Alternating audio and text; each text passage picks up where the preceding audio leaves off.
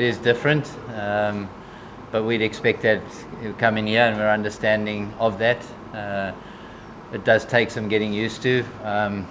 A couple of days prior to the first game's probably not enough to get fully used to it, but as I said, we knew about that in the lead up. Obviously, we've had a couple of guys that have come from the Sri Lanka A series, so that they're probably more used to it than the guys coming from New Zealand.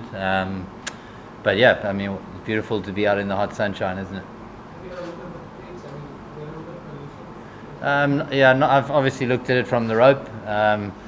Not too closely today. I think tomorrow will give us more of an indication as to what it will look like on game day. So, how is the preparation back home? Do you have any preparatory time or any programs or something like that? We obviously didn't finish our season, too long ago. So over the couple of weeks, as I said, a couple of guys have been in Sri Lanka, and then each of the groups of players have been in their provinces prepping for this tour. The gentleman there. Rob, initially the matches was supposed to start from 2 p.m. in the afternoon, but as the fuel crisis ongoing in Bangladesh, the matches starting time in this week will move forward. So that's why you have to play the entire match under the scorching sunlight. So does that make any impact in your preparation or training or plan, etc.? I mean, there's not a hell of a lot you can do in a couple of days from a preparation point of view. I mean, at the end of the day, it is what it is. Totally understandable for the change to be made.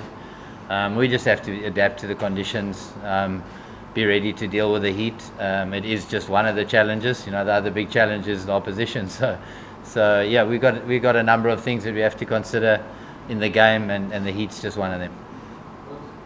So that's why the dew factor is totally nullified as the time has moved up. Yeah, absolutely. So you would think maybe the heat might then impact the pitch, and you don't have the dew factor to consider in the evenings.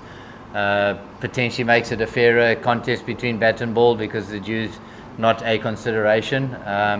But then on the flip side of that, you're probably having to deal with a pitch that may potentially slow up a little bit, being in the heat the whole day. Bangladesh are known for giving spinning track to the opposition, especially from the semi-countries. But in the last series, they have put 2 wickets against Pakistan, and they said they will continue that.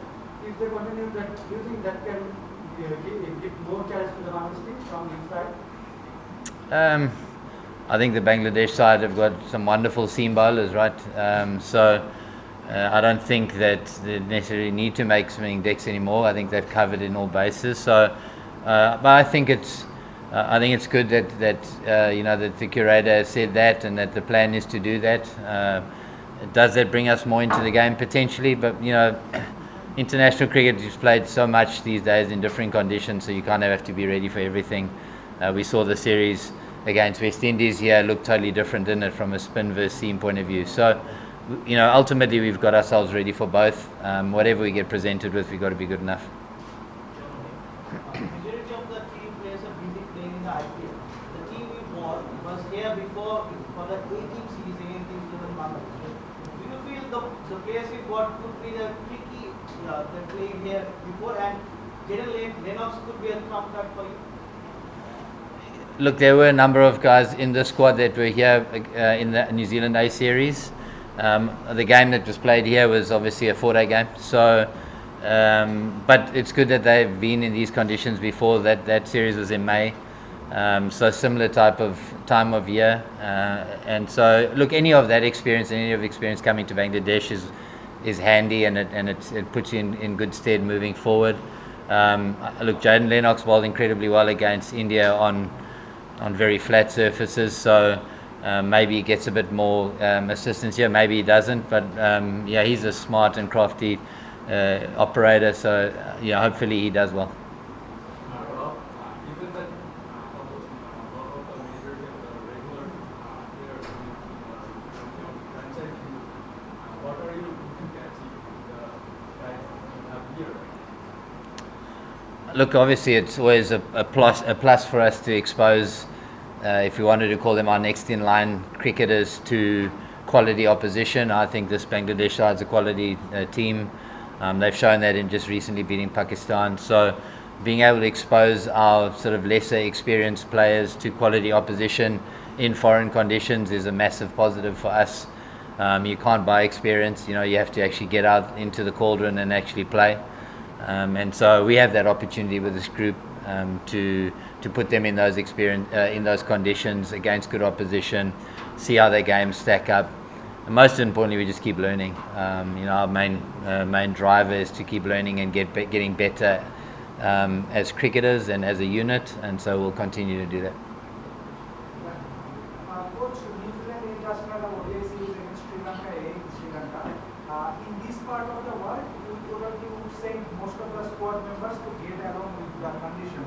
But only 3 to 4 ODI squad players were there in shape of New Zealand. So, why didn't you send more squad members? Is this a cultural difference or some kind of strategy? No, at the end of the day, if you send our entire team to Sri Lanka and then bring them here, you've missed out on an opportunity to give 12 other players opportunity to develop their skills in Sri Lanka, right? So we try not to do that. We try to use our opportunities as much as we possibly can. I mean, it's been reported we've got 54 cricketers, New Zealand cricketers, playing right now in different parts of the world, be that IPL, PSL, here and in Sri Lanka. And that's just under half of our contracted players in the country. So for us, it's a massive positive. We're giving a large number of players international experience at different levels, trying to make sure that we strengthen our whole system and not just a small group of players.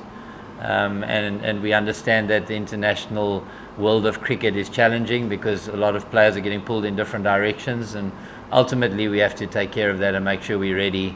Whoever we competed against, we've got a number of cricketers who are internationally ready. So using whatever opportunities and tours we can, we like to use those as smartly as we possibly can.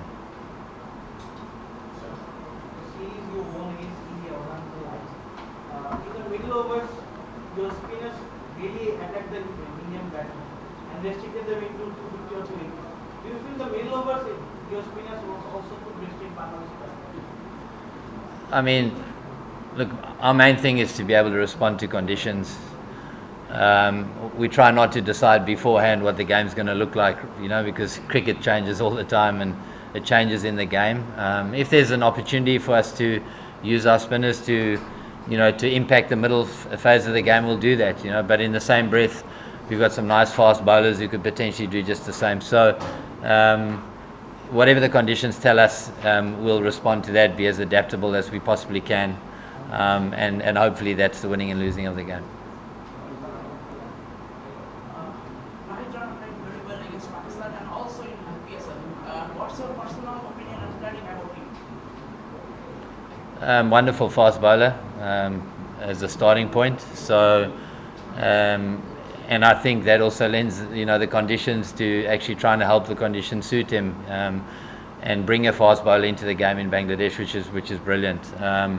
And so we don't underestimate his quality. I mean, as I said before, there's a couple of other good fast bowlers who are bowling next to him, aren't there? So, but for us, it's facing fast bowlers is not a new thing. It's something that we have done and do regularly. We have our own fast bowlers, of course. But again, it's just on the day, isn't it? It's just trying to have the skill set that can deal with someone who's bowling above 140 in potentially slightly differing conditions, and just having our game in order for that.